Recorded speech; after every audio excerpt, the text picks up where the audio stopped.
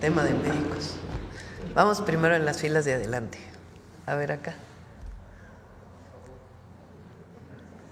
Gracias, presidenta. Buenos días. Soy Karen Ballesteros de Canal 11. La primera pregunta es si se tiene, más bien, ¿cuál es la inversión que se tiene contemplada para estos estímulos adicionales de los que hablaba el director del IMSS, Zoé Robledo, en estas zonas de difícil cobertura y de los nuevos hospitales? Por favor. ¿Tienes el dato?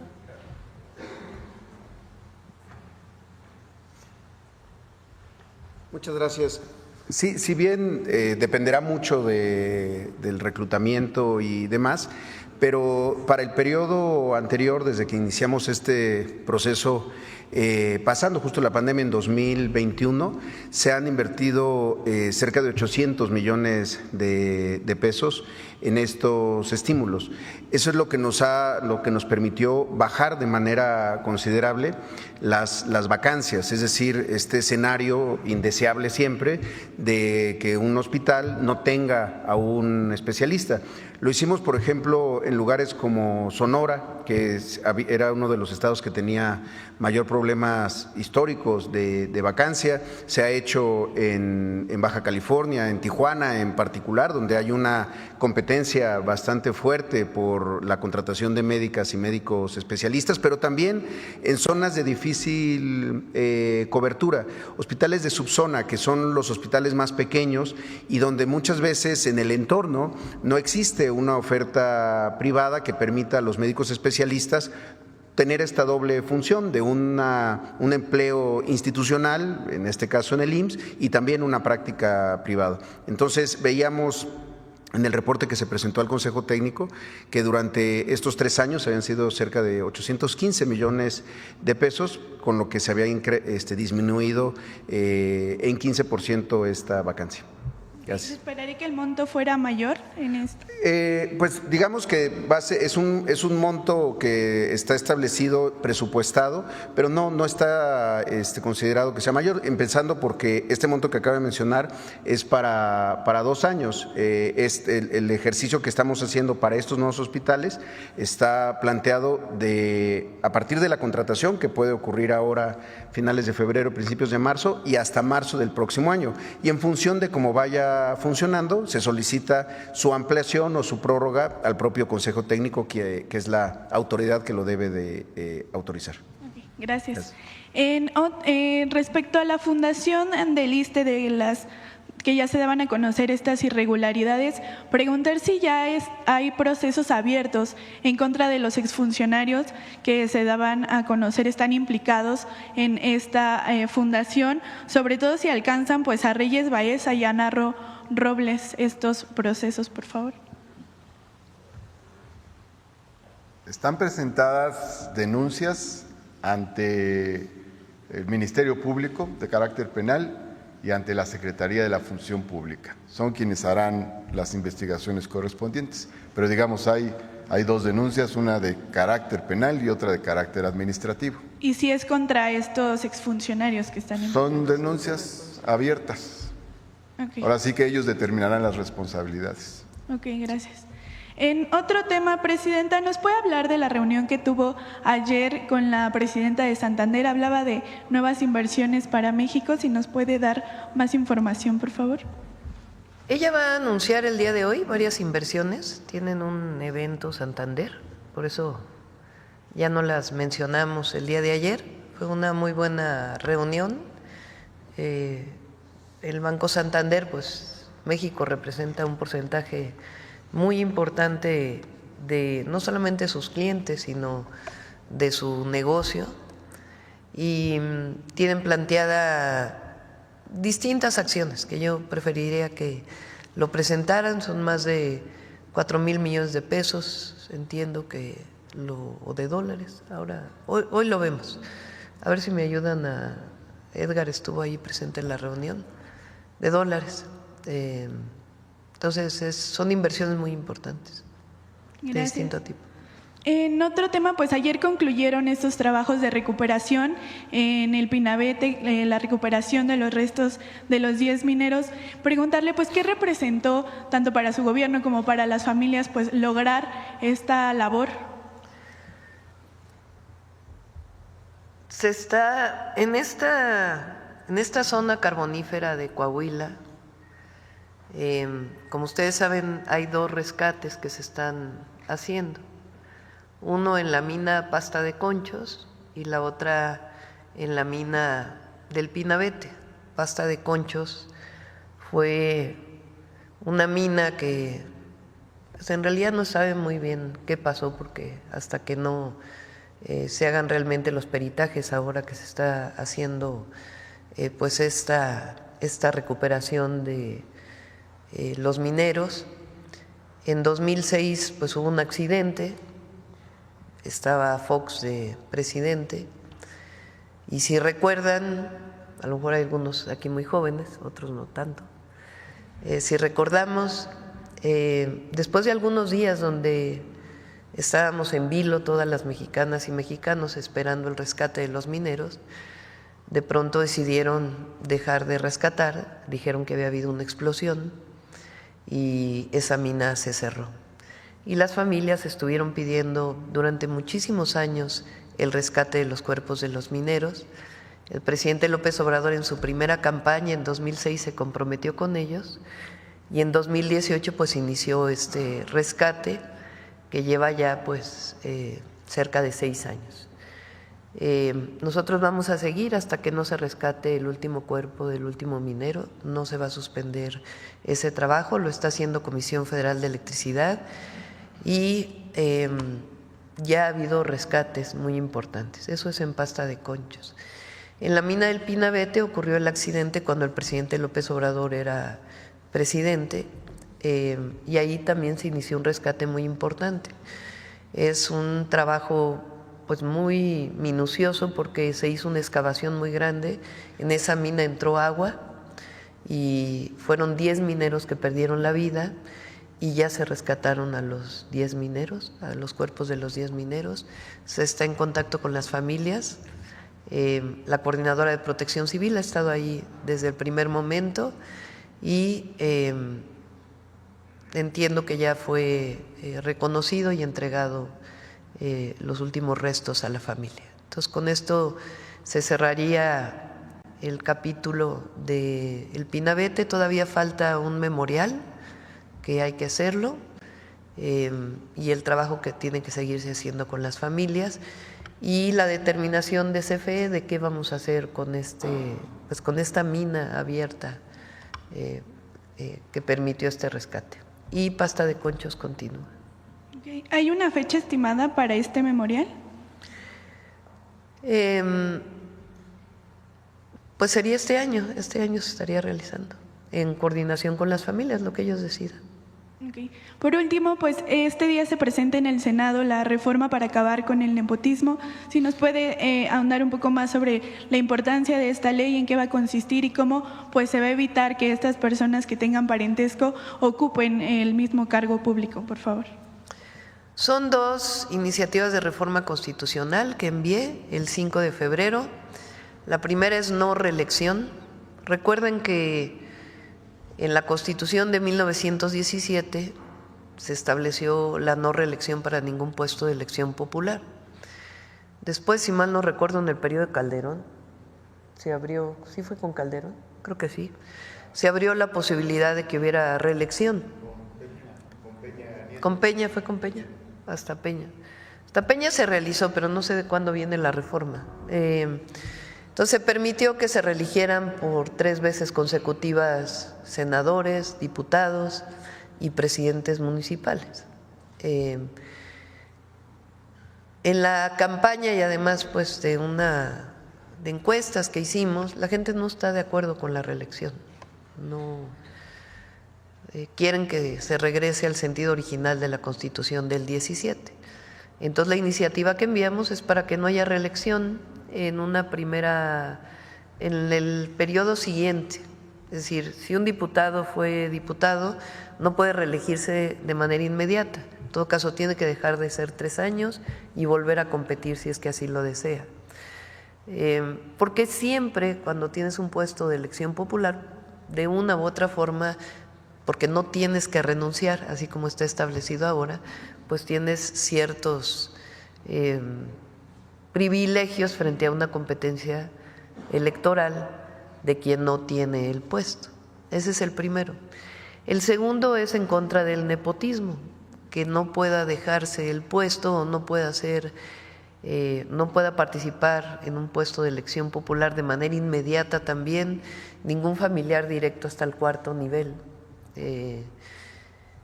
Y eso sería a partir del 2027. Entonces, si uno es presidente municipal, no podría competir en el periodo siguiente esposa, hijo, hermano, cuñado, sino tiene que esperarse a que pasen 3 años y posteriormente podría participar. Entonces, esa es la reforma que se está planteando, se enviaron al Senado y el Senado las está analizando.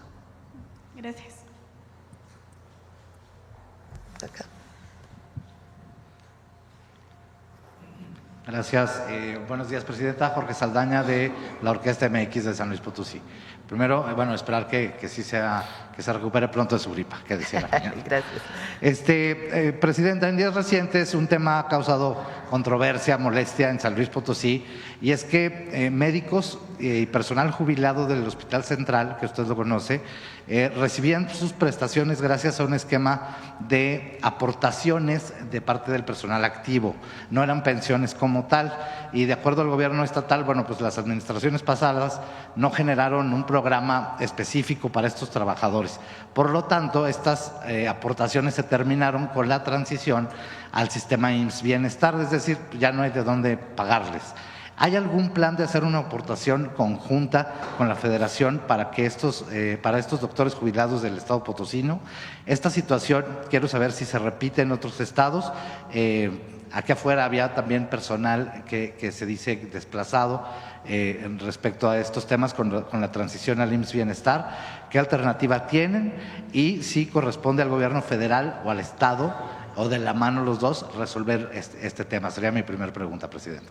Sí, lo revisamos. El caso de las pensiones no pasaron al IMSS Bienestar. Aquí está Zoe, que fue quien hizo los convenios. Pasa el médico, el trabajador o trabajadora de la salud, y se aumenta su salario y se le basifica. Pero las pensiones siguen estando a cargo del Estado. Pero revisamos el tema de San Luis Potosí, a ver cómo podemos ayudar. Gracias, Presidenta. Y segunda pregunta, cambiando un poquito el tema, se anunció que San Luis será uno de los primeros estados donde se construya la Universidad Nacional Rosario Castellanos. Yo quisiera saber, entre Federación y Estado también, qué corresponde a cada quien. Sabemos que la manutención, el equipo, a veces los softwares, etcétera, sobre todo por el perfil de las carreras que se quieren ofertar, sería bastante costoso. ¿Quién sería el encargado de poner el terreno? ¿Quién de la construcción, la nómina y equipamiento para funcionamiento de estas universidades? Lo que estamos haciendo es un convenio en donde el Estado pone el inmueble, porque hay muchos inmuebles que no están ocupados. Ese es el caso de Tijuana, que era un edificio que era del Tribunal Superior de Justicia, que quedó abandonado. Ahí se va a hacer la universidad, se están haciendo adecuaciones. El caso también de Comitán, en Chiapas, que ahí también había un edificio abandonado y se está recuperando la instalación y ahí va a ser la universidad. Y en el caso de San Luis Potosí, la idea es que una parte la ponga el Estado y toda la nómina y la operación de la universidad la pone el Gobierno de México a través de la Universidad Nacional Rosario Castellanos. ¿Se va a retrasar mucho este plan en San Luis Potosí por lo que ocurrió, que finalmente se había elegido ya una sede, un terreno, se iba a reconstruir en las instalaciones de la secundaria técnica, la ETI y la TIPO, pero se acordó terminar el ciclo escolar? Entonces, ¿podría haber ajustes en los tiempos de que no fuera en agosto que tuviéramos? Pues vamos a ver, vamos a platicarlo con el gobernador. Estas dos universidades, por ejemplo, en Tijuana y Comitán, no sé si también, apenas hoy me reúno con Secretaría de Educación, se van a abrir inscripciones para empezar a distancia. Y ya cuando esté la sede, pues ya será presencial. Vamos a ver si puede ser el mismo caso para San Luis. Muchas gracias, Presidenta. Buen día. No, me confundí, son 2,000 millones de dólares en el caso de Santander. Gracias, presidenta. Muy buenos días a todas, a todos. Liliana Noble, a todos. Liliana Noble de Pulso Saludable. Presidenta, en el Instituto de Bioinvestigación, Investigación, Entrenamiento, NERVIT por sus siglas en inglés, en Irlanda, en Dublín, nos enseñaron los profesores el tema de la intercambiabilidad. Nos explicaban que es un asunto que debe de ocurrir sí, solo si el paciente que recibe este medicamento biotecnológico no es buen respondedor a la terapia inicial. Yo quería en ese sentido, quisiera preguntarle qué pasa, cómo están cuidando este tema de la intercambiabilidad sin tocar el tema económico. En México los medicamentos biotecnológicos son costosos, lo sabemos, pero existen los biosimilares por este tema de esta palabra. Entonces, ¿qué pasa, doctor Kersenovich, con este tipo de medicamentos? Gracias. Sí, ese tipo de medicamentos entran dentro de la definición de lo que son medicamentos biosimilares. Es decir, que una vez que el producto innovador sale al mercado y pierde la patente, se puede fabricar un medicamento biosimilar en relación al producto original. La fabricación de medicamentos biosimilares es muy distinta a la fabricación de un producto genérico porque implica técnicas mucho más avanzadas y ahí COFEPRIS es quien está regulando precisamente junto con la propiedad intelectual el cómo poder intercambiar esos medicamentos. En el futuro probablemente vamos a ver cada vez más medicamentos biosimilares porque estamos avanzando en la producción de medicamentos originales muy distintos, con tecnologías moleculares que no teníamos con anterioridad. Pero sí, COFEPRIS está ocupado en regular los medicamentos biosimilares. Entonces, esto quiere decir, para entender, doctor Kersenovich, que un paciente que recibió hoy un ciclo, no sé, para cáncer biotecnológico, no se le va a quitar por el tema del costo, sino cómo irían evolucionando, solamente como lo dice este concepto, si no es buen respondedor a ese tratamiento, ¿se pensaría en el biosimilar? Sí, lo que pasa es que un enfermo que recibe tratamiento para cáncer hay que diferenciar en dos distintos tipos. Uno en el que el efecto se logra en un periodo corto de tiempo y se logra controlar, por ejemplo, leucemias en niños, donde se puede controlar, y otros que tienen que recibirlo en forma prolongada.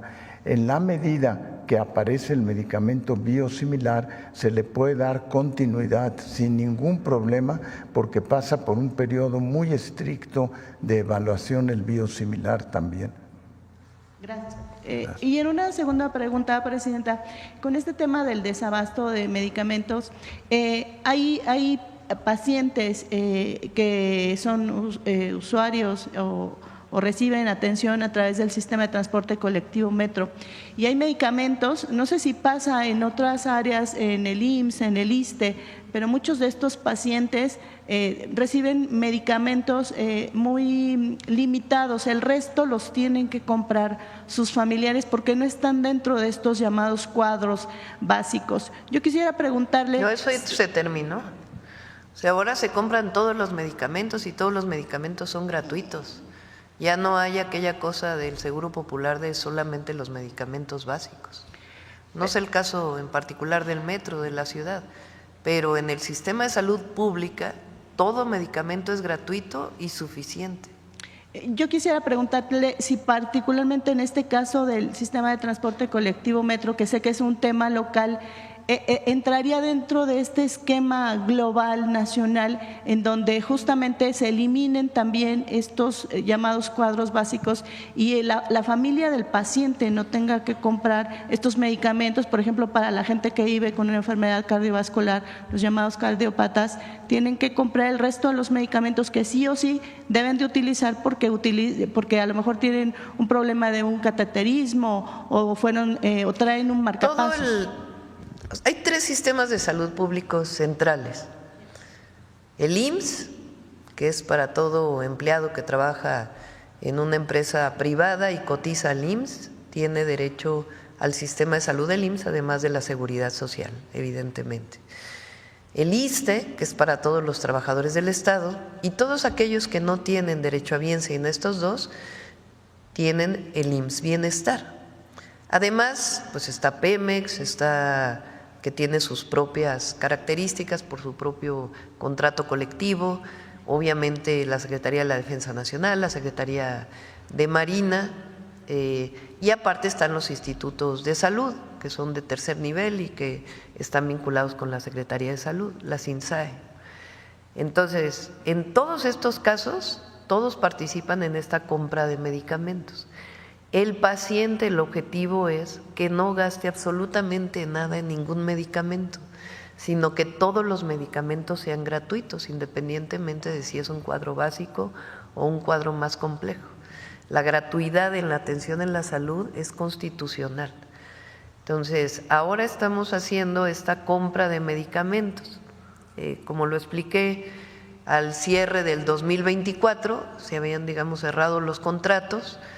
Desde Secretaría de Salud y Birmex se hizo una compra complementaria para poder cerrar el 2024 y principios del 2025, y esta compra que le ha dedicado Eduardo Clark, Birmex y todo el equipo de salud, pues mucho tiempo para hacerla transparente, que se compre directamente al fabricante y que no sea a través de intermediarios.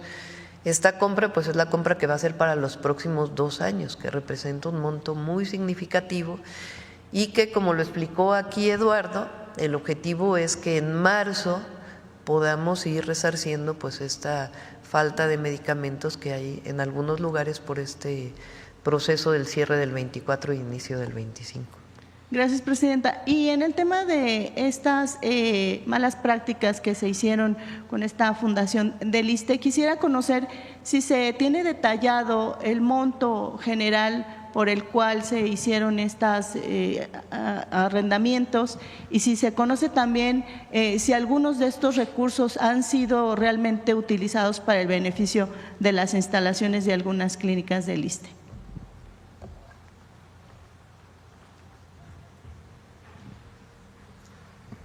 Tenemos documentado, como presentamos aquí, que el ISSSTE le entregó a esta fundación 5 millones de pesos, recientemente creada, se crea en 2016 y en 2017 le entrega 5 millones de pesos para comprar elementos que podía comprar directamente el ISSSTE. O sea, el ISSSTE no necesitaba crear una fundación para que a su vez comprara camillas, por ejemplo. El ISSSTE podía comprar camillas y llevarlas a los hospitales donde hacían falta. No se tuvo ningún informe de qué se hizo con esos 5 millones de pesos. No se tuvo ninguna recepción de mobiliario, equipamiento en los hospitales por parte de la fundación. Hasta casi 9 años después llegó un aparato a un hospital que llevó la Fundación ISSSTE, que se había comprometido a llevar para un tema de la piel, de eliminación de verrugas, manchas, etcétera. Eso es todo lo que se conoce, eso es todo lo que se sabe. Pero el área administrativa no tiene registro alguno. El área de almacenes no tiene registro alguno de donaciones que hayan llegado por vía de la Fundación ISSSTE. El área jurídica no tiene registro alguno de algún tipo de operación. Entonces, esta fundación actuó por su cuenta. En su momento, las autoridades federales de entonces le dieron la calidad de donataria, entonces podía recibir donaciones. No sabe, el ISSSTE no sabe qué donaciones recibió, con qué montos, a qué se destinaron, qué compró, qué se hizo. Nada, es una fundación que actuó por su cuenta, es una fundación privada. Nosotros no estamos en contra de que existan fundaciones privadas, hay muchas fundaciones muy buenas que realizan labores muy loables, pero de lo que estamos en contra es de que se utilice el nombre del ISSSTE, las instalaciones del ISSSTE y los recursos del ISSSTE, pues para fines propios de una fundación. Esa fundación ISSSTE no es del ISSSTE, aquí le quiero decir a la gente para que no sea engañada, y si alguien quiere hacer una donación al ISSSTE, la puede hacer directamente, no se necesita ninguna intermediación. Gracias. Y finalmente, Presidenta, yo quisiera conocer que ayer se inauguró un centro de cuidado de las emociones en la alcaldía de Tlalpan. La jefa de gobierno, Clara Brugada, inauguró este primer centro y nos hablaba de que también se va a trabajar mucho en las escuelas acerca del tema de la depresión y de la posible erradicación del bullying. Sabemos que recientemente una pequeñita, pues desafortunadamente tuvo consecuencias serias a su salud por, al parecer, un tema de bullying. Yo quisiera conocer si a nivel nacional la Comisión Nacional de Salud Mental y Adicciones, la CONASAMA, va a hacer alguna especie de entrenamiento o de información en las escuelas, así como se está haciendo con el tema de las adicciones, justamente para concientizar a las y los niños, a las jóvenes, a todas ellas y a ellos sobre este tema tan importante que es el bullying. Según la Organización para la Cooperación y el Desarrollo Económico, la OCDE, México ocupa uno de los primeros lugares de los países que la conforman en este tema del bullying. Y es desafortunado, Presidenta. Gracias. Sí, por cierto, Mario Delgado, el secretario de Educación, ha estado cerca de la familia. Fátima se llama la jovencita. Pues para apoyar en todo lo que se requiera. En el gobierno del presidente López Obrador se hizo una guía y se avanzó en este tema que lleva ya tiempo en nuestro país y sí vamos a avanzar mucho más. El objetivo es pues evitar el acoso escolar de cualquier tipo y la violencia que se pueda generar verbal, física o de cualquier tipo frente a un estudiante o hombre o mujer, que sea distinto, que sea diferente. Entonces sí hay que parar cualquier tipo de violencia y apoyar a las personas y a las familias que por alguna razón están viviendo una situación así en alguno de sus hijos o hijas.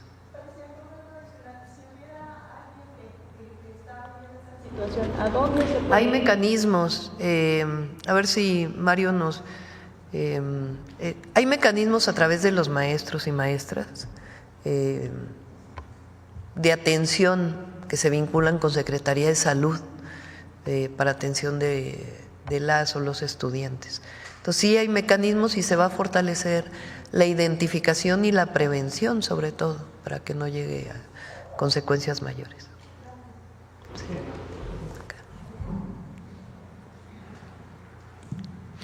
Buenos días, Presidenta. Meme Yabel, de Damexico News. Sobre el tema de salud, empezar con ese, preguntar primero qué ha pasado con esta serie de empresas distribuidoras médicas que han sido señaladas por tener varias irregularidades, por acaparar incluso los contratos de medicamentos, tomando en cuenta que, por ejemplo, COFEPRIS, más bien la COFESE incluso, llegó a sancionarlas en octubre de 2014, por ejemplo, a Grupo Fármacos Especializados, también está Laboratorios Pirsa, Casa Marsam, varias distribuidoras en general. ¿Qué ha pasado con estos casos? Porque algunas de estas empresas todavía llegan a tener ciertos contratos. ¿En qué van estos procesos en particular sobre ese primer tema? ¿Quieres platicar cómo es el proceso? Claro, con mucho gusto. Les platico. Uno de los cambios esenciales en la compra que hicimos este año es dejar muy claro con toda la industria que participaba que quien iba a recibir los contratos era directamente quien fabricaba los insumos o quien era el titular de los registros sanitarios y los importaba, pero había hecho el proceso en México ante la COFEPRIS de ser el titular de ese registro sanitario. Históricamente lo que pasó es que había compañías completas, muchos distribuidores que no fabricaban nada y lo que hacían era comprarle directamente a los fabricantes y luego revendérselo al gobierno. Eso ponía al gobierno en una situación desfavorable en el sentido de que no podíamos negociar las mejores condiciones, no teníamos una relación directa con los que fabricaban los insumos para poder solventar cualquier tema que tuviéramos y además muchas veces nos encontrábamos como gobierno, particularmente fue una pelea que dio la administración pasada de manera muy clara, con competidores desleales que buscaban ahora sí que poner al gobierno en desventaja, sacarle el mayor precio posible y tenerlo rehén muchas veces de no poder comprarle más que a ellos, es decir, monopolizar muchas de las claves.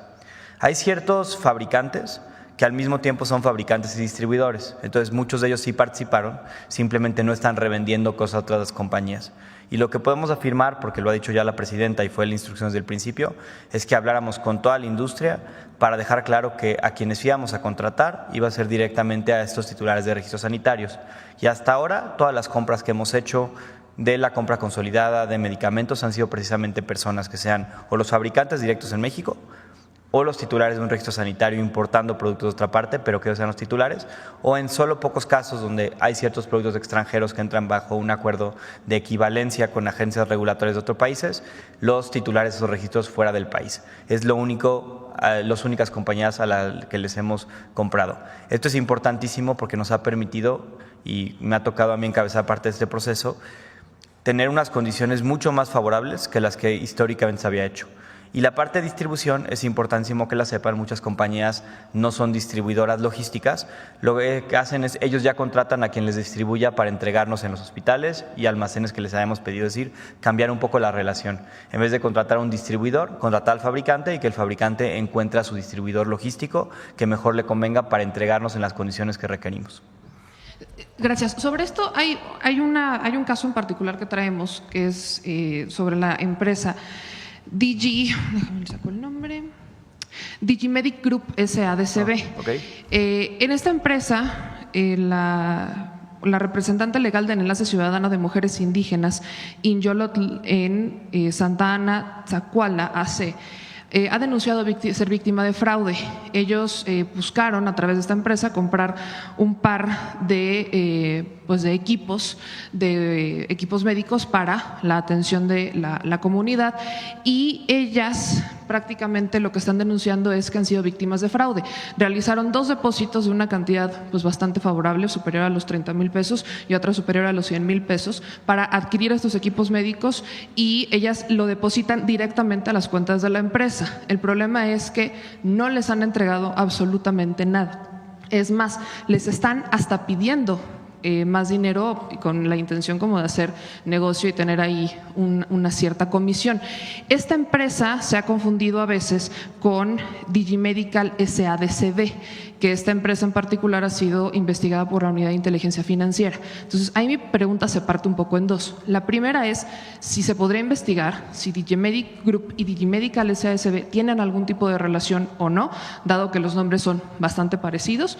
Y la segunda es qué se puede hacer en este caso en particular, porque ellas ya están denunciando, ya incluso entregaron oficios y demás, son prácticamente víctimas de un fraude. Les están pidiendo varios depósitos, no les han entregado absolutamente nada. La empresa en algún momento en 2024 denunció que estaban que estaban utilizando el nombre para estafar a la gente, pero en este caso ellas depositan directamente a la cuenta de la empresa y no han entregado nada. Sí, con mucho gusto lo investigamos. Si nos pasas los datos, yo lo veo. Sí, se los comparto en un momento. Perfecto. En otro tema, Presidenta, y aquí es sobre el tema de los migrantes. Nos hemos topado con algunos paisanos que ya regresaron, pero ellos, por así decirlo, se autodeportaron. Regresaron de manera voluntaria. Nosotros tenemos esta duda porque ellos regresan incluso confiando en que podrían acceder a ciertos programas que forman parte del catálogo del programa que pone a disposición el gobierno, pero nos dice la Secretaría de Gobernación que para que accedan a ellos necesitan tener esta carta de repatriación que solamente se les da si son deportados. No, se les puede dar si regresan. Esa es la duda que tenemos. De manera voluntaria, si se acercan a uno de los albergues o incluso en la propia frontera hay compañeros que los están atendiendo, Entonces, no, aunque sea de manera voluntaria, son repatriados y tienen acceso a todos los apoyos. Esa es justo la duda. Si Sí. ellos regresan de manera voluntaria, si pueden buscar Sí. esa carta de repatriación para Sí, acceder a ellos. Sí pueden, sí. Ok. Y solo una última pregunta, y diría yo, denuncia un poco, tiene que ver con el tema educativo. En el caso de Yucatán nos llegó una denuncia de una familia que está buscando acceder al programa de becas de Benito Juárez, pero le están condicionando la entrega de la constancia. Les están pidiendo en el Cebetis 95 de la ciudad de Mérida, Yucatán, que le entreguen o que paguen el costo de 50 pesos de la constancia y además que paguen 1,400 pesos del semestre para entregarles la constancia y que puedan ir a solicitar esta beca. El problema es que, pues dicen, a ver, es escuela pública, ¿por qué tendría que pagar por estos documentos? Y la segunda es que en este caso particular de los 1,400, la preparatoria está condicionando este dinero a que se lo entreguen a la secretaria particular en efectivo, dándoles un recibo nada más. E incluso cuando los padres se han quejado, pues nos dicen que literalmente les contestaron, y voy a citar, pues como ya van a recibir el dinero de su beca, entonces no se quejen, ya tienen para pagar los 1,400 por alumno. No, pues está mal. Pásanos el dato para poder intervenir. Gracias, Presidenta. Sí. Acá. Muy buenos días, Presidenta. Santiago de Llano, de Ecosmedia MX y El Horizonte. Mi primera pregunta, Presidenta, es con base en la llegada de médicos cubanos que ha aumentado significativamente las cirugías y consultas en Chiapas. ¿Qué planes tiene su gobierno para garantizar que esta colaboración internacional se extienda a otras regiones con necesidades similares? ¿Y cómo asegura que no se descuide la formación y contratación de médicos mexicanos? Mira, ponme la gráfica que presentaron de residentes, de la tendencia. Préstame el micrófono.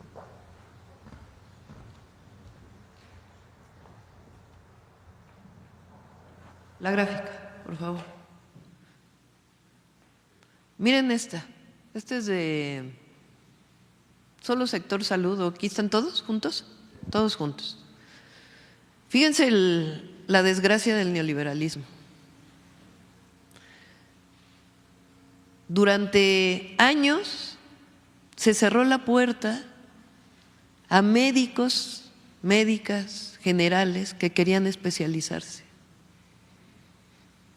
En esta absurda idea de que si cierras el ingreso, entonces vas a tener estudiantes de excelencia. Esa era la primera. Y la segunda, pues que no daban dinero para becas. Tan sencillo como eso, que además de por sí los residentes tienen ingresos muy bajos o becas muy bajas. Entonces, en el 2011 solamente ingresaban 6,000 personas a la residencia en todo el país. La residencia es la especialidad, dependiendo de cuál va a ser tu especialidad, pues los años de residencia. Hoy se están formando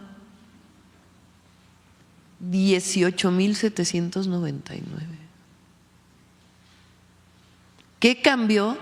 Pues sencillamente un reconocimiento de que el país requiere médicos especialistas y que tienen que formarse en las instituciones públicas. Entonces, claro, llegas al 2020, pandemia, y tienes un problema gravísimo porque no tienes médicos especialistas en el país. ¿Por qué? Porque, bueno, esto estamos hablando del 2011, pero si te vas más para atrás es lo mismo, incluso menos.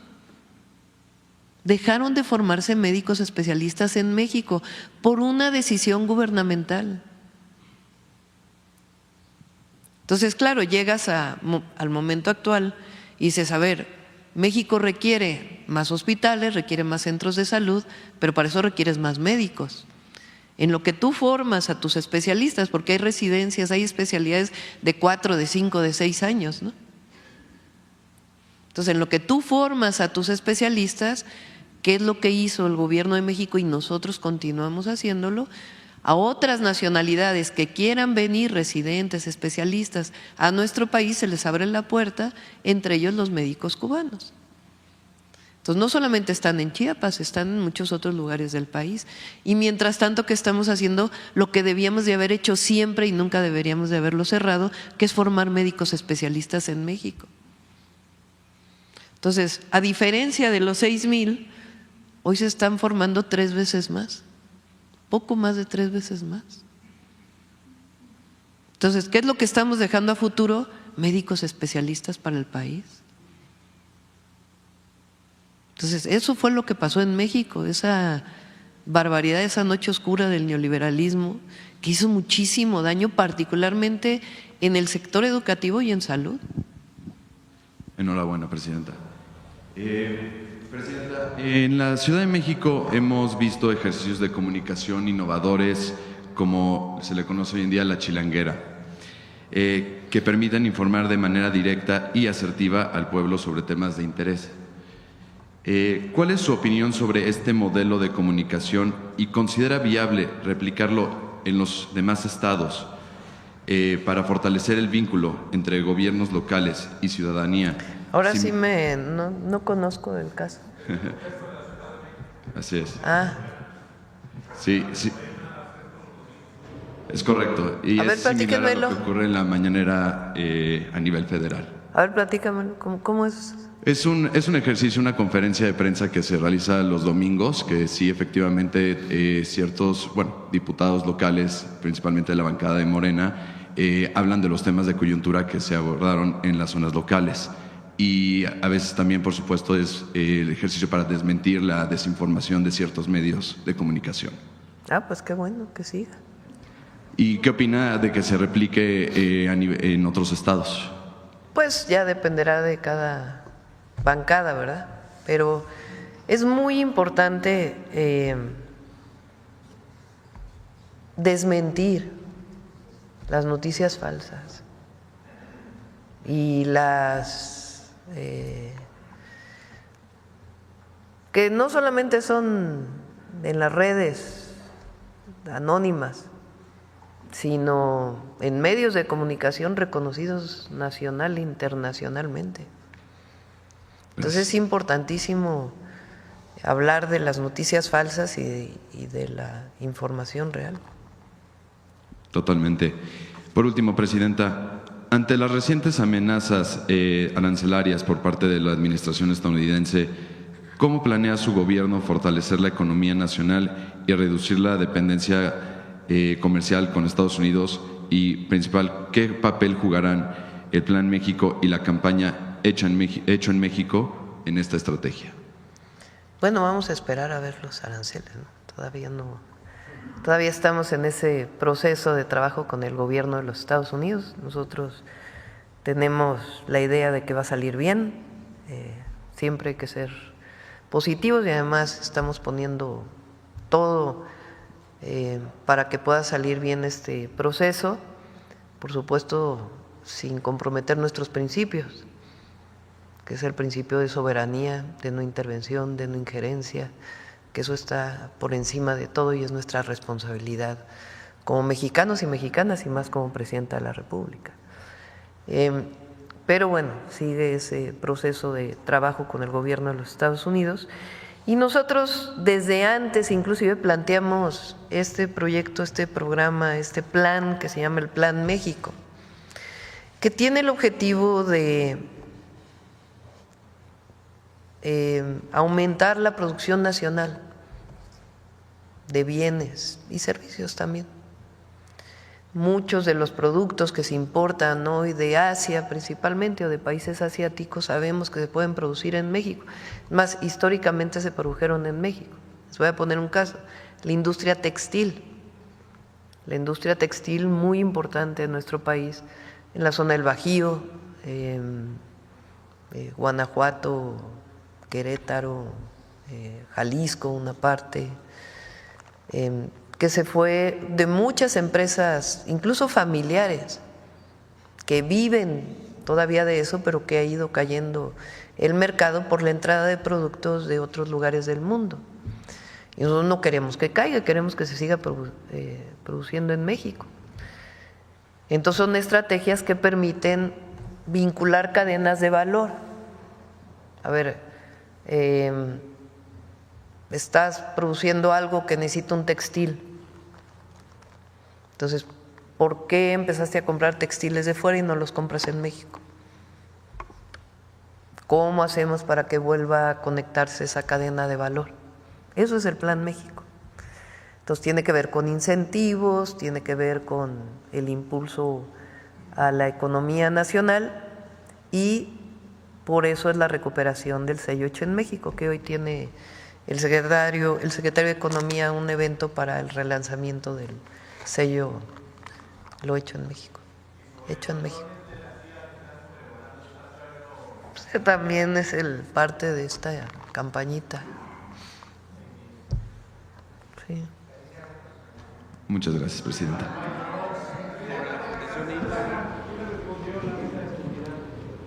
Ya respondió la Fiscalía ayer que es falso. Pues tiene que contestarlo la Fiscalía, ¿no? Pero la Fiscalía contestó ayer que no era cierta esta noticia de que ya se le había quitado la ficha de Interpol, ¿no? Sí. Sobre salud. A ver, aquí adelante. Gracias, Presidenta. Buenos días. Rodrigo Muñoz, de NX Noticias. Primero, conocer si ayer le dieron algún reporte sobre los acuerdos a los que llegó autoridades con los diferentes grupos de transportistas que estaban tratando de hacer un bloqueo en la mañana y, bueno, al final llegaron a un acuerdo. No sé si le dieron más información al respecto. Hay una mesa de trabajo, porque son distintos temas. Entonces se abrió la mesa de trabajo para poder atender las demandas si es que son atendibles. En segundo lugar, recién sacó un reportaje la BBC y dentro de él, en una encuesta de la Universidad de Wisconsin, hablan sobre que incluso en Estados Unidos el 70% o 7 de cada 10 estadounidenses rechazan el cambio de nombre del Golfo de México al Golfo de América. Saber su opinión al respecto. A ver, es una decisión soberana del gobierno de Estados Unidos renombrar zonas que son de su territorio. Entonces, repito nuevamente, lo que renombra el gobierno de Estados Unidos a través del decreto del presidente Trump es su plataforma continental, su territorio. Lo que hace mal Google o cualquier otra empresa o cualquier otra persona que quiera nombrar todo el Golfo de México como Golfo de América está equivocado, porque no hay ningún sustento para ello. Nadie puede renombrar la plataforma continental de México o la plataforma continental de Cuba. Entonces, aparte de que la gente no está de acuerdo, en todo caso, lo único que se renombra es las 22 millas náuticas desde la costa de Estados Unidos hacia el Golfo. Nada más. Por eso nosotros vamos a esperar la respuesta de Google y si insiste en seguir nombrando a todo el Golfo de México, Golfo de América, vamos a hacer una demanda civil. Porque nadie puede renombrar, un privado no puede renombrar nuestro territorio con otro nombre. Es un asunto de soberanía y de reconocimiento de nuestro país frente a una empresa privada, por más que sea una plataforma privada. Hay normas internacionales de cómo se nombra, porque al ratito van a cambiar el nombre de un país, un privado. Ok, y finalmente, Presidenta, nos había comentado que nos ofrecería más información respecto a esta iniciativa para la prohibición del maíz transgénico. No sé si tenga. Sí, a ver si tienen el texto. Qué bueno que recordaste.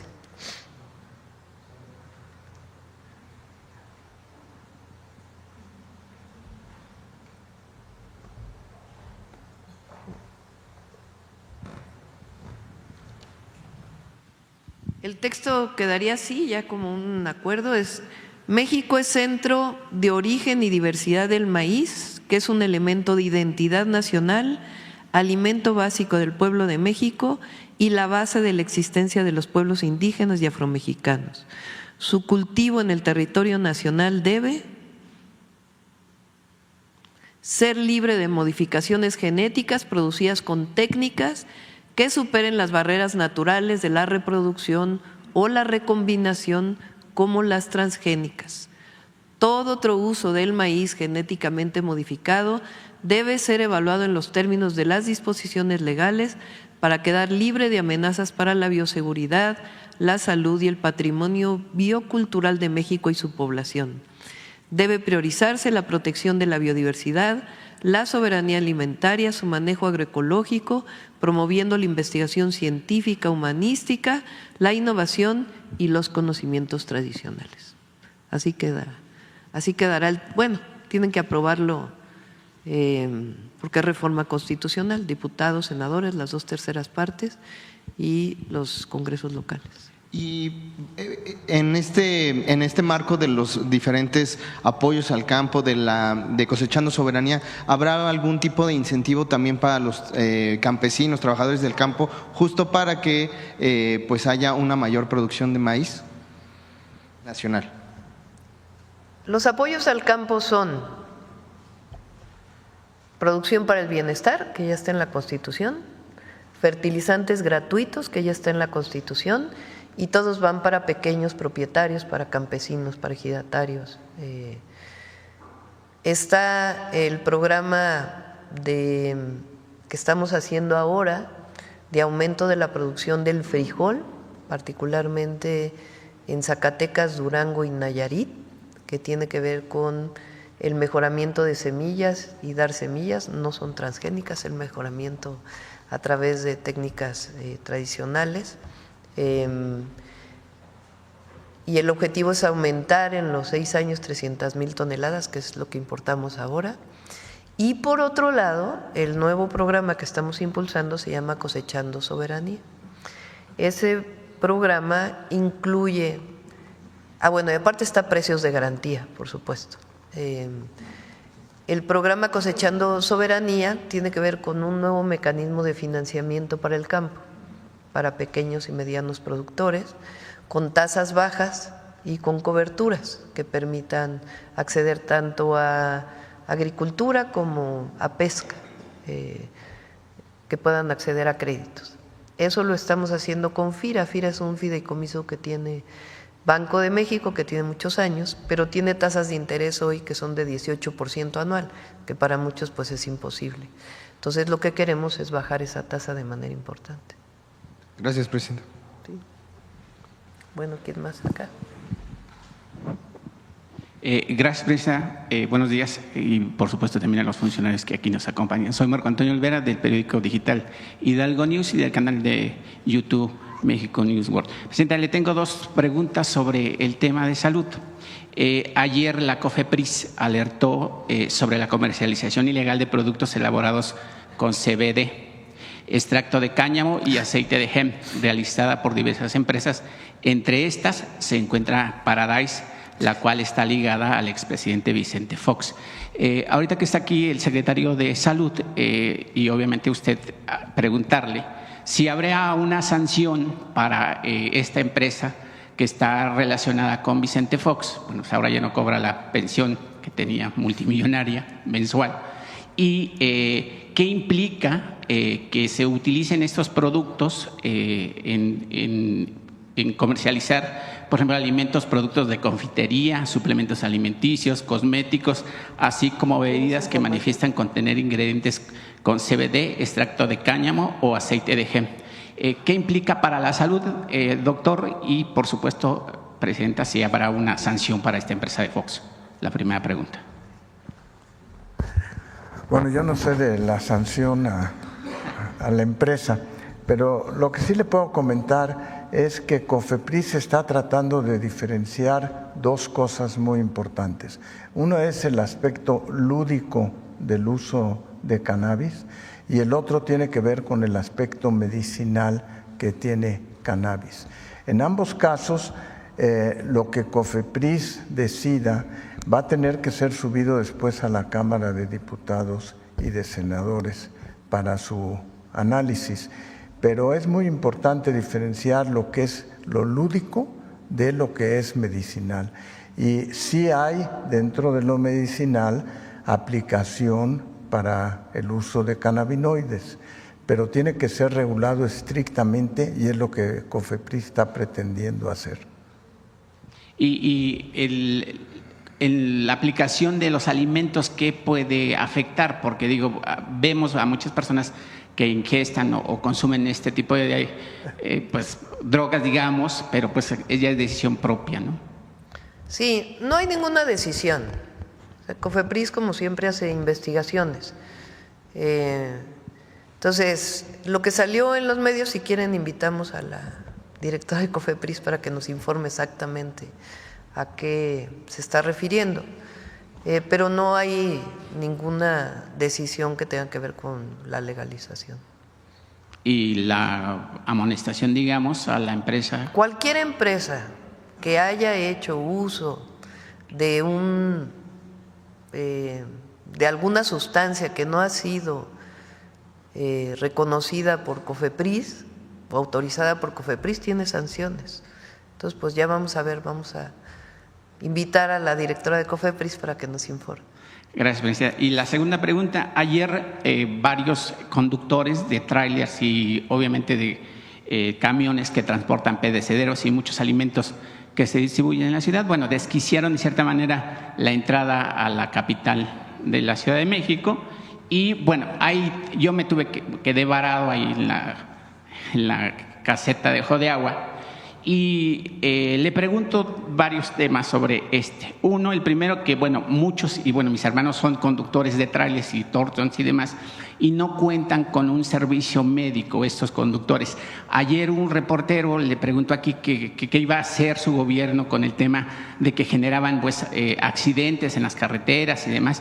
Pues es estigmatizarlos. Ahí habría que ver y platicar con diferentes instituciones, la Secretaría de Comunicaciones y Transportes, el Ejército, por supuesto, la Guardia Nacional. Y en ese sentido, presidenta, pues también sufren estos compañeros de la carretera que manejan esos trailers a veces hasta 20 o 18 horas de trabajo continua, pues también tienen ahí el tema de pues los sobornos por parte de Ricardo Delgado Reynoso, subsecretario de Movilidad del Estado de México, y por supuesto también el secretario de Movilidad del Estado, Daniel Cibaja González, quienes a través de sobornos y multas onerosas, pues los amedrentan diciendo que les van a quitar sus concesiones para a su vez ellos entregarlas a sus allegados. Presidenta, ¿cómo ayudar a este gremio que finalmente genera un gran porcentaje del Producto Interno Bruto de este país? Porque ellos son los que nos traen los alimentos a las grandes ciudades, son los que llevan pues, los animales que se van a los rastros, los cerdos, las vacas, los pollos y todo esto. Y son un gremio que está ahí en el oscurantismo, digamos, porque pues en primera no tiene servicio médico, padecen de enfermedades pues, de diabetes, enfermedades cardíacas. Yo quisiera saber cuál sería el apoyo de su gobierno ahora que están en un diálogo con pues, el Estado de México y la Ciudad de México para ayudarlos en el sentido de que tengan un servicio médico, porque muchos de ellos no tienen el servicio médico. Y dos, en las acciones de estos funcionarios que pues los sobornan y los amedrentan. Ahí que lo denuncien y que se proceda. No, okay. No vamos nosotros a proteger a ningún servidor público. Si ese es el caso, pues que se denuncie y se proceda. Son muy distintos. Si tú conoces el gremio, pues es muy diversa las personas que trabajan en el volante, claro, particularmente en la carga. Hay quien tiene su propio vehículo y se contrata, son lo que le llaman el hombre camión, ¿no? Sí. Hay quienes pertenecen a una flotilla de una empresa, una gran empresa que tiene muchos tractocamiones y que contrata a los conductores. Hay asociaciones también de transportistas que se juntan y entonces depende mucho de las características del transportista. El IMSS, pues a lo mejor puedes comentarlo, pues tiene opciones para si tú tienes tu propio transporte y deseas cotizar al IMSS para poder tener seguridad social, pues lo puedes hacer y hay mecanismos que los puedes hacer. Si participan o si son contratados por alguna empresa, la empresa obligatoriamente tiene que darle seguridad social. Ahora, todos tenemos que cumplir con la ley. Claro. Independientemente de si tenemos un vehículo, si somos parte de una flotilla, si somos parte de una asociación, el vehículo tiene que estar en buen estado, el conductor pues tiene que dormir sus horas para poder estar en buenas condiciones, no debe tener ingesta de absolutamente nada. Sí, claro. Esa es una parte que le corresponde a la autoridad, que todos cumplan con la ley independientemente de qué tipo de servicio estén dando, de acuerdo con la propia ley del autotransporte federal. Ahora ya la seguridad social, no sé si quieres comentar algo, Zoe. Sí, muchas gracias, Presidenta. Y efectivamente, para un sector muy grande de transporte de carga, que efectivamente son dueños de sus propios vehículos, trailers, volteos, etcétera. Desde el 2020 se inició el piloto y ahora desde el año pasado ya es ley el esquema de persona trabajadora independiente. ¿Qué significa esto? Cuando una persona trabaja por su propia cuenta y que puede inscribirse en el Seguro Social al régimen obligatorio, pero de manera voluntaria. Es decir, un dueño de un tráiler puede cotizar en el IMSS pagando la cuota obrero y la patronal, digamos, siendo él su propio empleador, es un trabajador por su cuenta. ¿Cuál es la gran ventaja? Porque este esquema había existido como el seguro de salud para la familia y demás, que a la hora de que esa persona se asegura y paga su cotización, primero, si tuvo semanas cotizadas en algún momento de su vida porque trabajó en alguna empresa y tuvo una relación obrero-patronal, entonces recupera todas esas semanas y no empieza de cero. Eso les permite aspirar a una pensión, a una jubilación, que es parte de la seguridad social. Segundo, a la hora de inscribirse y hacer este pago, inscribe a todo su entorno familiar, el que tiene por derecho en el Seguro Social, es decir, las parejas, los hijos menores de 16 años, los hijos hasta los 25 cuando están estudiando en un plantel de educación superior público, o los padres, las madres cuando hay codependencia o cohabitación. Entonces, a diferencia de antes, que solamente se aseguraba la persona y después cada integrante de su familia se tenía que ir integrando, ahora con un solo pago se accede a todo. Y no solamente es al seguro de enfermedades y maternidad, es decir, al servicio médico, sino también a las otras prestaciones. Incapacidades, por ejemplo, que es una de los seguros. Las guarderías, ahora centros de educación y cuidado infantil, si tienen hijos entre los 43 días y los 4 años de edad, riesgos de trabajo, enfermedades de trabajo, seguro de vida, etcétera. Entonces, sí es una gran opción. Ahorita ya tenemos casi 300,000 trabajadores y trabajadoras independientes de todos los rubros. Pero, por ejemplo, para un hombre camión, ahora seguramente también mujeres camión, que hay muchas conductoras también de tráiler, pues puede ser una ventaja. Ahora, hay otra parte que, como lo ha mencionado la presidenta, cuando es una flotilla, una empresa formalizada, tiene la obligación de tener seguro social. Y también están los esquemas que viven dentro de la SCT de los exámenes toxicológicos para la emisión de las licencias. Hemos platicado muchas veces con la Secretaría de Comunicaciones, ahora de Comunicaciones, Infraestructura y Transporte, para poderlos apoyar. Seguramente los seguiremos haciendo para concretar algo, porque sí, como se ha mencionado también aquí por parte de la presidenta, también hay ciertos elementos de la licencia que tienen que ver con que pasen exámenes toxicológicos y temas de verificaciones de salud. Y esto aplica también para pilotos de avión, de helicóptero, en fin. Entonces, creo que hay que seguir en esa colaboración, pero en la parte de aseguramiento pues están esas dos opciones. Y también es importante, como a todos los trabajadores y trabajadoras, que cuando estén trabajando en una empresa, y lo mismo aplica para los periodistas, y no estén cotizando como debe de ser, pues lo denuncien, porque no es una dádiva, no es una generosa concesión del empleador, es un derecho tener seguridad social cuando existe la relación obrero-patronal. Gracias. Y la última pregunta, presidenta, ¿qué ha pasado con la campaña de que no se vendan alimentos afuera de las escuelas? Porque es mejor prevenir que curar. Yo no soy médico, pero creo que es mejor prevenir que curar.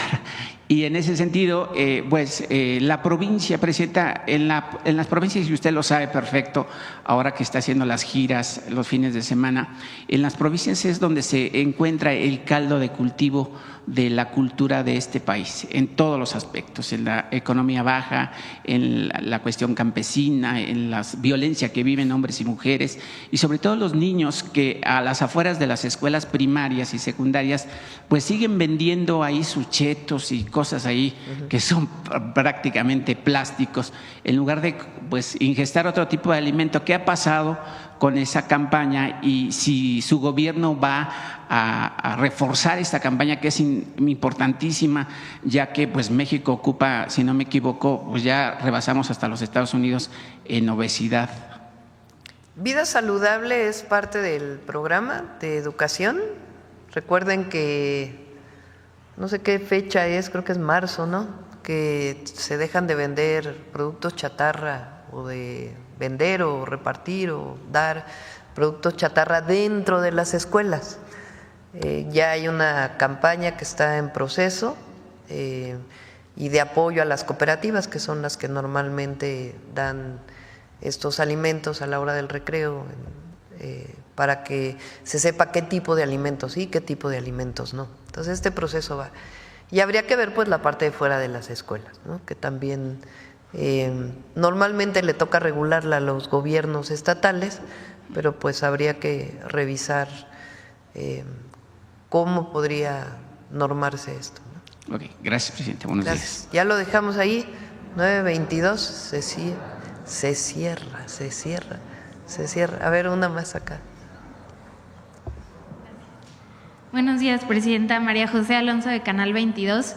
Sobre lo que presentaba el subsecretario Eduardo Clark, saber porque veíamos que en el aumento de plazas para residencias médicas, la especialidad que más aumentó fue precisamente la medicina familiar. Entonces, conocer cuál es el rol de las médicas, los médicos familiares, especialmente en el programa de prevención y promoción de la salud. Y si me permite una última, también pues ya veíamos en las gráficas qué fue lo que hizo el neoliberalismo con esto y pues eran mucho más limitadas las plazas a las residencias médicas. Y entonces saber qué necesita hacer el Estado para formar cada vez más profesionales de la salud con vocación de servicio público y que opten pues por poner todos sus conocimientos al servicio de la gente en la salud pública antes que optar por el sector privado. Muchas gracias. Médico familiar pues es el que atiende principalmente en la atención primaria de la salud. No sé si quiera explicar la diferencia entre, por ejemplo, un médico general y un médico familiar o médica.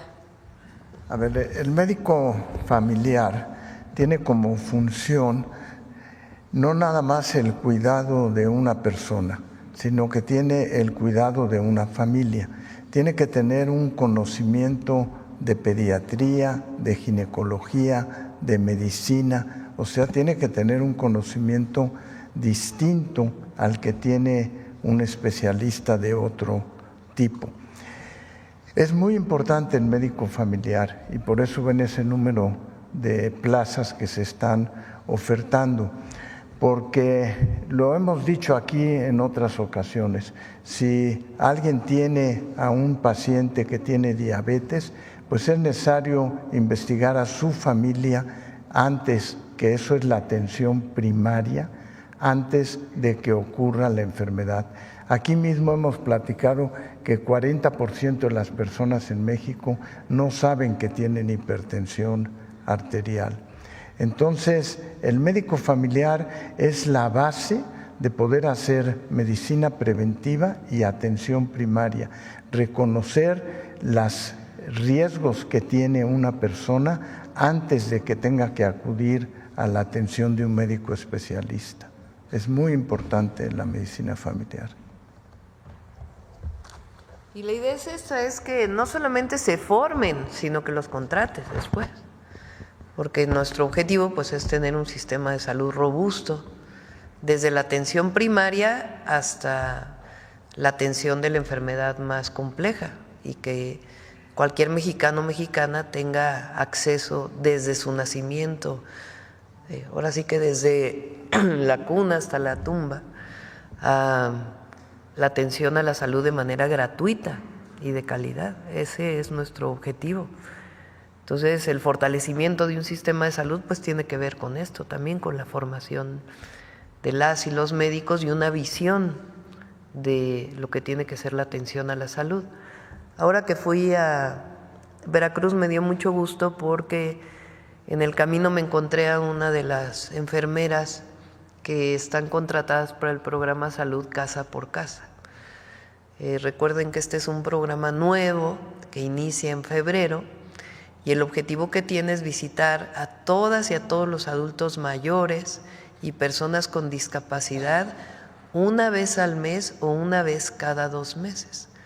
Entonces se hizo una convocatoria, se contrataron un poco más de 22,000 trabajadores y trabajadoras de la salud que ya están yendo casa por casa y están en contacto con la Secretaría de Salud para que puedan justamente revisar a las personas adultas mayores y ver si tienen algún problema de diabetes, hipertensión o alguna otra tipo de enfermedad que pueda atenderse a tiempo y que no tenga que tener consecuencias fatales. Entonces es parte del programa de prevención.